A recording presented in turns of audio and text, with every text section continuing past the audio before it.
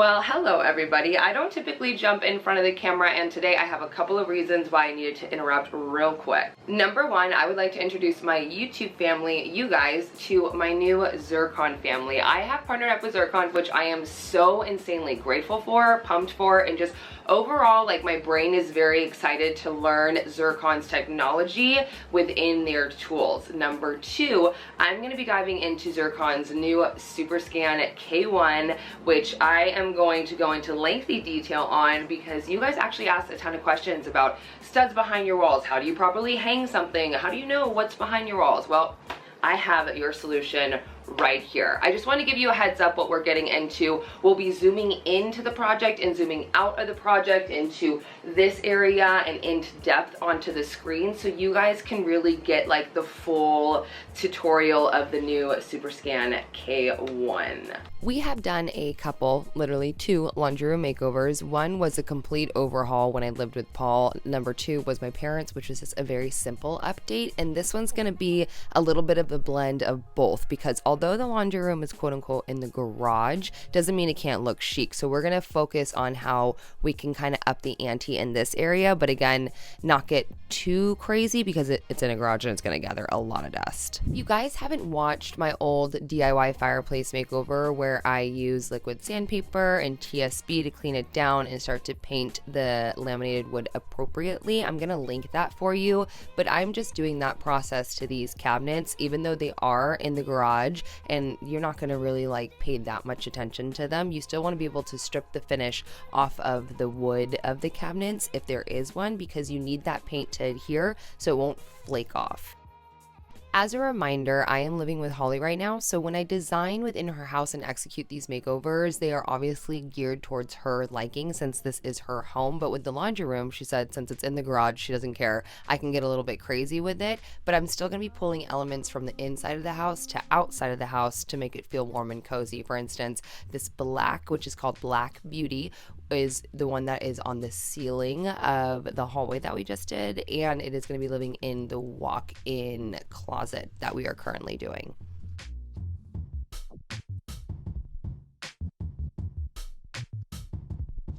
I love that Holly likes black, loves black as much as I do.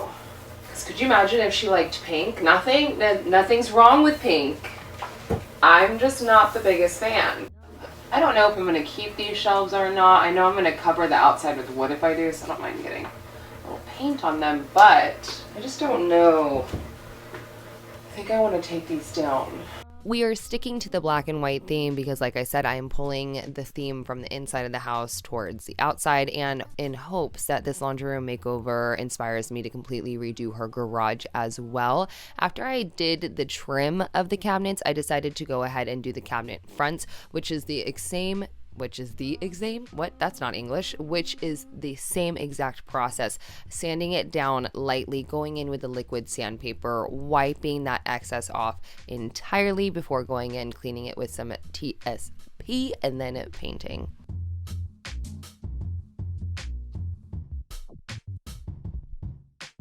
A lot of you guys ask me how to properly repaint or refinish cabinets, and this is the way. You really do need to take the finish off completely, because if you don't, if you add paint or try to stain on top of it, it's going to just scratch easily off. It's going to chip off. It might bubble. So you do need to go that extra mile, even if it is for cabinets in your garage that you would like to paint, in order to have it properly adhere.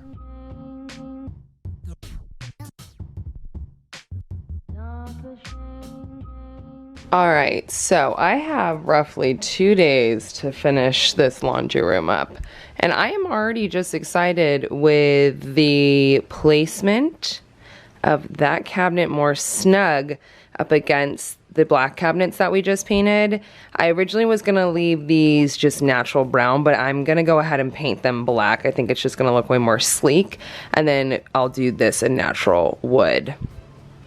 But I'm excited so far. I also cleaned this out and organized everything into these 2 workshop areas because right now we don't have pantry space. So this is where all the stuff that was in there just went, and then some. I just reorganized last night. That's what I do when I'm stressed. I organize. I wasn't going to paint the inside of these cabinets black, but I think by doing so, it makes it look larger when you open it up versus like being very color blocky. Oh, you guys, we gotta get out of here. It's too hot. Would it even be a Rachel Metz laundry room makeover if we did not do a floating shelf? So I will be using my pocket hole jig creating the frame. I will be creating 2 separate frames because I want to be able to have access to the water to the washer and dryer. So I will be adding the pocket holes to the smaller middle support pieces. Before assembling the frame, I do like to countersink some pre-drilled holes for the actual screws that are going to be holding these into the drywall or into the studs of the wall where I want the shelf to go. I went ahead and secured that frame together like I typically do. Actually, no, that's a lie. It's not how I typically do. I normally make it very difficult on myself, and I've learned that you can just make the screws so they are exposed towards you versus trying to screw them with the screws facing inwards and being all wonky and crazy like I've done before. I don't know what I was thinking on my other tutorials.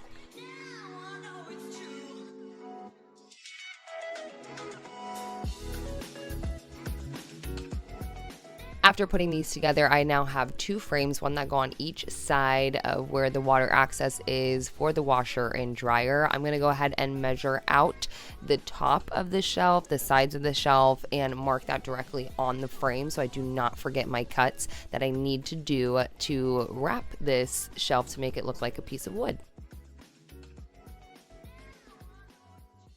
A lot of comments I get after every single tutorial are, what kind of drywall anchors did I use? How did you find a stud in the wall? How are you hanging things properly? How do you know if it is weight bearing or not? And let me tell you, it's finding a great and good center of a stud. This is the world's first advanced stud finder that virtually eliminates the problems of false positive stud indications and can also help users avoid drilling into metal plumbing, plastic plumbing, and electrical wires, which is my greatest concern. So I want to go ahead, jump into the tutorial just a little bit, and then come and sit down with you and really give you an in-depth of what's behind your walls. Zircon sent me over the Zircon SuperScan K1 as well as these walls. These drywall walls that you can see into so you can know what I'm exactly talking about, but also so you guys can see what is behind the drywall and why it is very, very, very, very, very dangerous to just be drilling into the wall without knowing where your studs are or where the pipes or wires are behind it.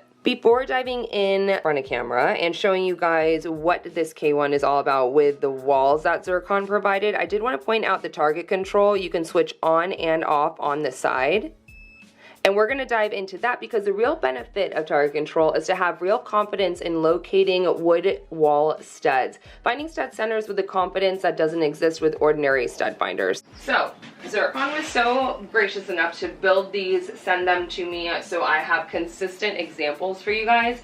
And I'm going to be scanning one by one, so I'll take this one down, focus on this wall, and then move to this one and kind of break down what is all on the screen and how this can help you with basically every single home improvement or DIY that you may be doing within a wall. So for this first drywall section, we'll be running it over obviously in target control mode and with it not on, and I will have the screen pop up for you so you can see in depth what is happening on here when I am calling it out. There is some plastic tubing, a little bit of metal right here, and then there is a copper pipe, and then obviously we have our studs which we want to locate. We're going to be focusing on this middle one though, okay? So with target control mode on, I'm going to press the button.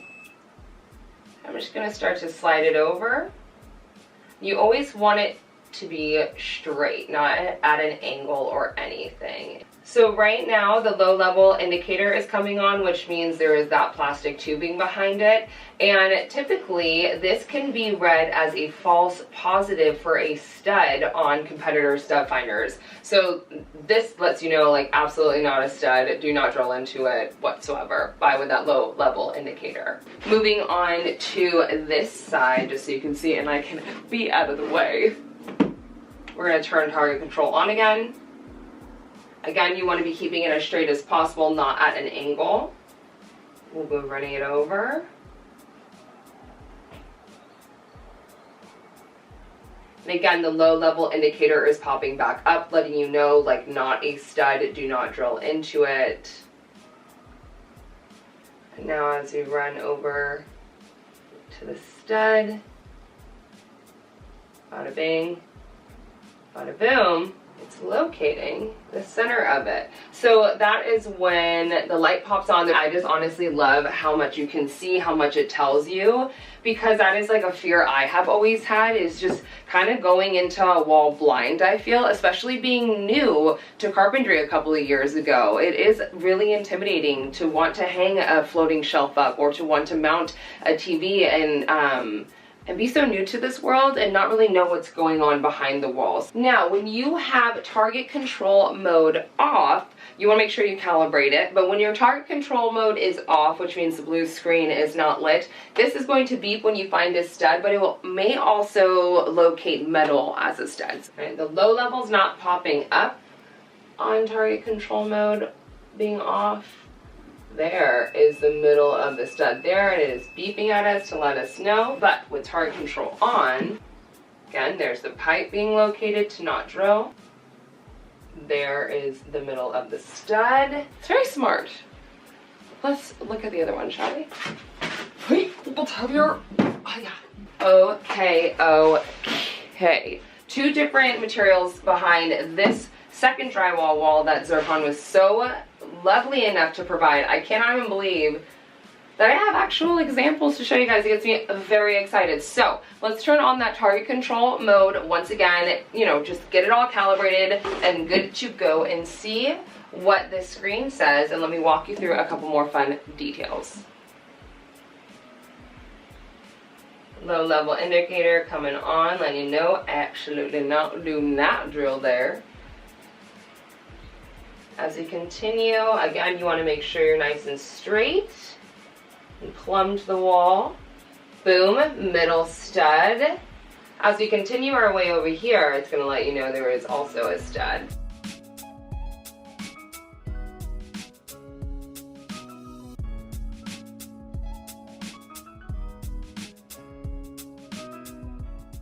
I do think it's crazy that I didn't know where the studs were in this wall, and I pre-drilled those holes without knowing, and they lined up absolutely perfectly. It's like a little fun trick, party trick that I have as a carpenter.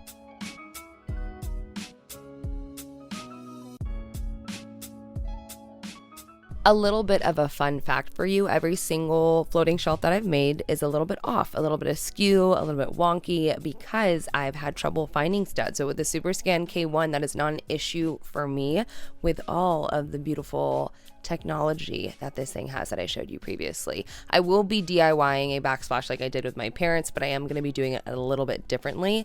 I'm going to move forward and install the other shelf on the left-hand side before we go into cover.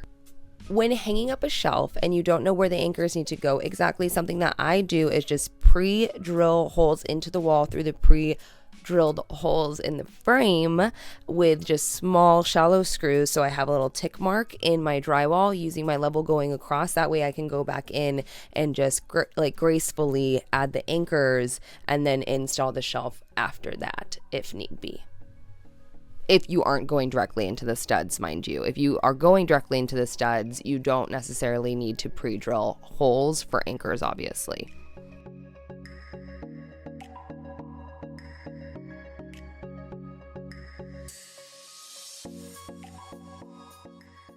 Nighttime moody session to get this done, everyone. So this is going to go on top easily. We're not getting loco by any means with the nailing of the down, because if we need to take this off to get to the faucet or anything underneath, then I want to make it easy access. So I'm just going to tack it in. Nice and easy, people. Nice and easy.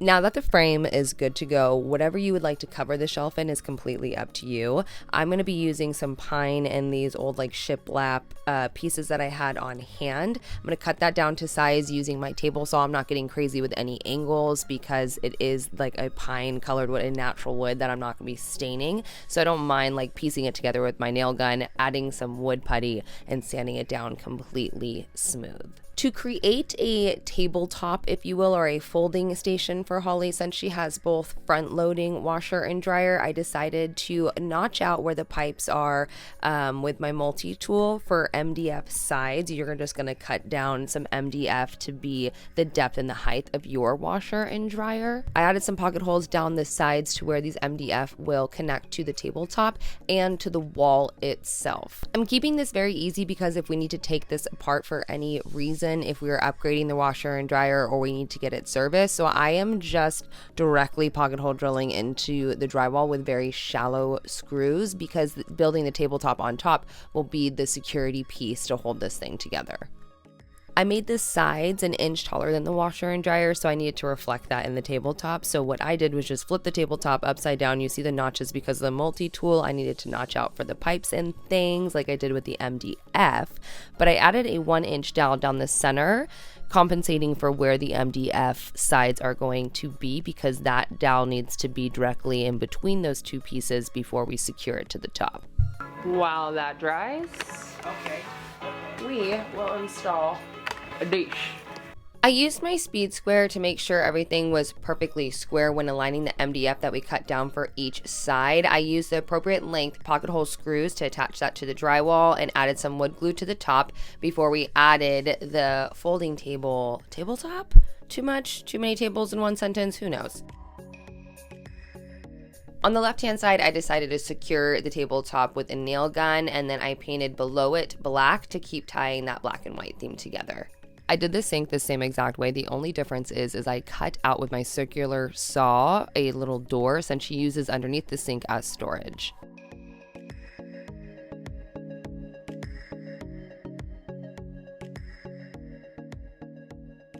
This sink has not worked and she has not used it for years. At least I didn't think it worked. See that water pop on? But I just wanted to paint the rim white that you see. I'm going to be covering the top of this sink, but just because it doesn't work doesn't mean I need to fix it. If she's not using it, I can just DIY something temporarily until we decide to actually fully fix this sink because we really do need it. After painting the rim of what you can see white, I moved on to cutting down a piece of wood to go directly over the top of the sink like I did with the washer and dryer, but this time this one is removable if we do get the sink up and running.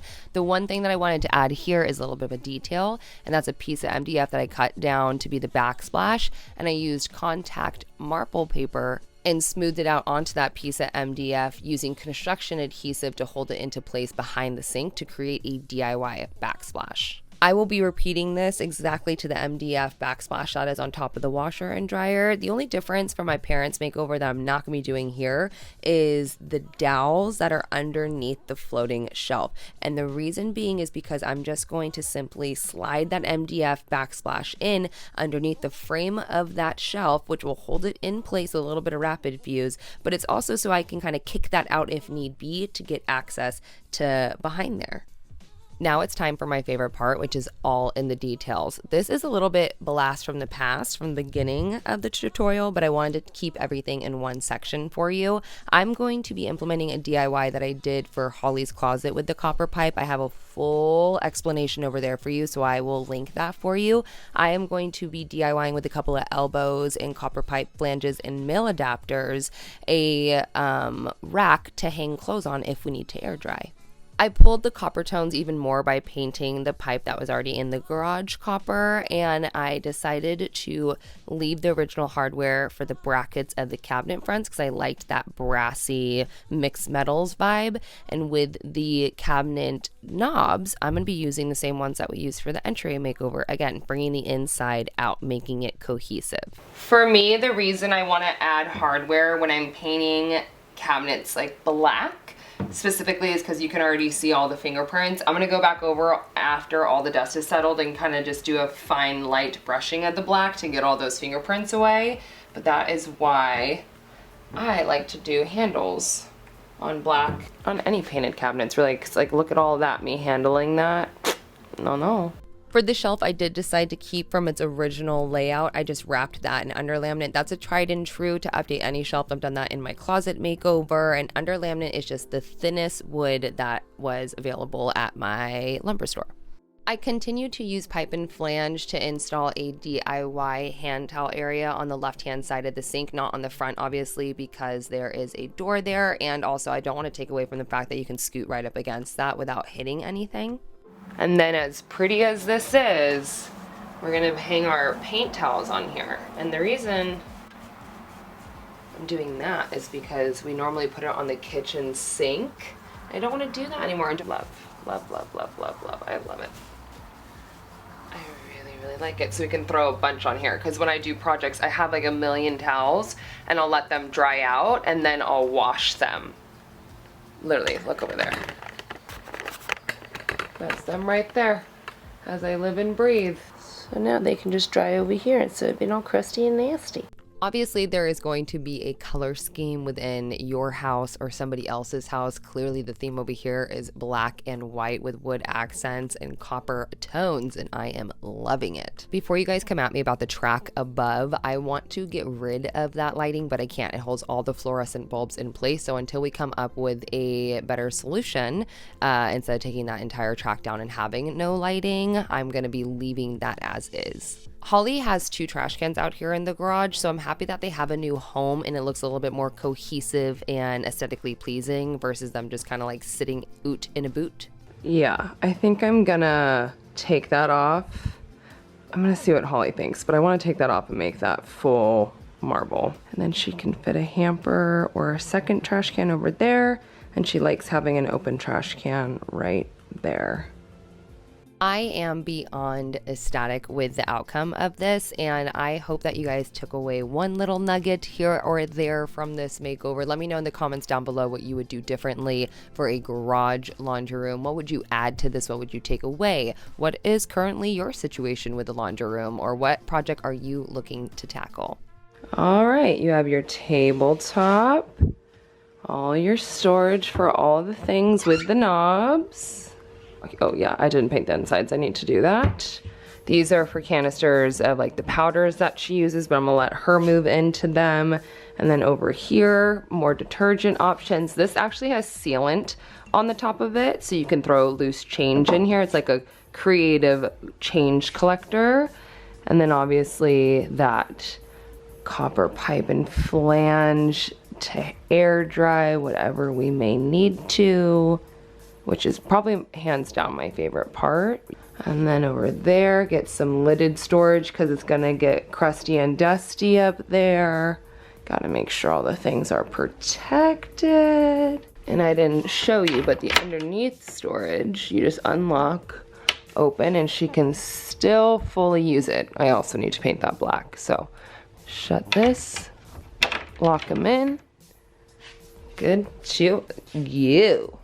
Besides being extremely excited about how this makeover turned out, I am more pumped to be able to introduce you to my Zircon family, to bring you on in and teach you about this SuperScan K1 and really teach you the safety about knowing what's behind your walls before just drilling through them. That is not the case. That is not what you should be doing. If we can execute a laundry room makeover with such ease, knowing what is behind our walls with the Zircon SuperScan K1, I really can't wait to see what other makeovers and projects that we do, knowing that we have the confidence to know what is behind the walls and to ensure that we are drilling safely. I'm really excited to see what else we do together. Also, the link below for the K1 and the SuperScan series in general, all the info you need for Zircon, like I said before, it's in the description box. I am staring at the world's largest pile of laundry right now, so I need to jump on that stat. Thank you guys so much for the love and support on all the videos we are putting out lately. Until next time, guys, I will see you for another DIY.